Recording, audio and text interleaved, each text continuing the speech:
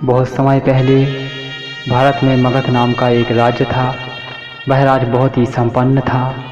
राज्य में एक सोनापुर नाम का गांव था, जहां के लोग सारा काम दिन में ही किया करते थे, लेकिन रात होते ही सारे लोग अपने घरों के अंदर चले जाते थे और कोई भी रात के समय अपने घरों से बाहर नहीं निकलता था।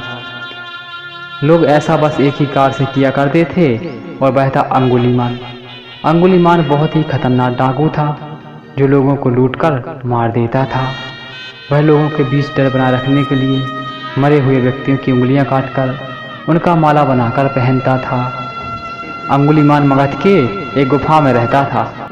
वह जिस जंगल की गुफा में रहता था, लोग वहां से गुजरने से डरते थे, क्योंकि सबको अंगुलीमाल से बहुत डर लगता था। एक दिन गौतम बुद्ध सोनापुर से गुजर रहे थे, तभी उन्होंने लोगों को चिंतित देखा। लोगों को इस तरह परेशान देखकर गौतम बुद्ध ने उनसे पूछा, क्या बात है, आप सब इतने डरे हुए क्यों हैं? ऐसे में लोगों ने महात्मा बुद्ध के सवालों का जवाब दिया। यहाँ एक डाकू अंगुलीमाल का बुरा प्रकोप है। वह लोगों को लूट कर मार देता है और उनकी उंगलियों को काटकर उनका माला बनाकर अपने गले में पहन लेता है। इसलिए हमारे गांव के लोग बेहद डरे हुए हैं। अब आप ही बताइए, हम क्या करें? तो गौतम बुद्ध जी कहते हैं, अच्छा ऐसी बात है, तो फिर वह अंगुलीमाल आखिर रहता कहाँ है? गौतम बुद्ध ने लोगों से पूछा। ऐसे में एक व्यक्ति सामने आया और महात्मा बुद्ध को बोला, वह जंगलों में रहता है। जंगलों के अंदर एक गुफा है, जिसके अंदर अंगुलीमाल रहता है। ऐसा सुन लेने के बाद महात्मा बुद्ध अंगुलीमाल से मिलने के लिए जंगल की ओर चल पड़े।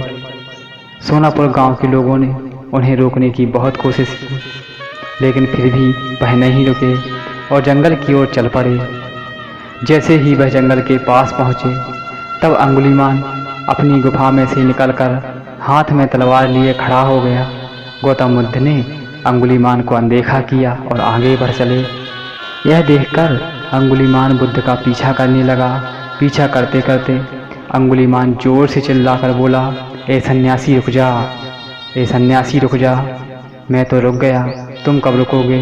तुम अपनी यह हिंसा कब बंद करोगे? महात्मा बुद्ध ने कहा। ऐसे में अंगुलीमाल बहुत क्रोधित हो गया। फिर उसने गौतम बुद्ध से कहा, सन्यासी, तू मुझे नहीं जानता, मैं इस राज्य का सबसे शक्तिशाली मनुष्य हूँ। तभी गौतम बुद्ध कहते हैं, मैं नहीं मानता कि तुम सबसे शक्तिशाली मनुष्य हो। गौतम बुद्ध ने कहा। यह सुनकर अंगुलीमाल बोला, अच्छा, अगर ऐसी बात है तो तुम ही बताओ, मैं ऐसा क्या करूं जिससे तुम मानोगे?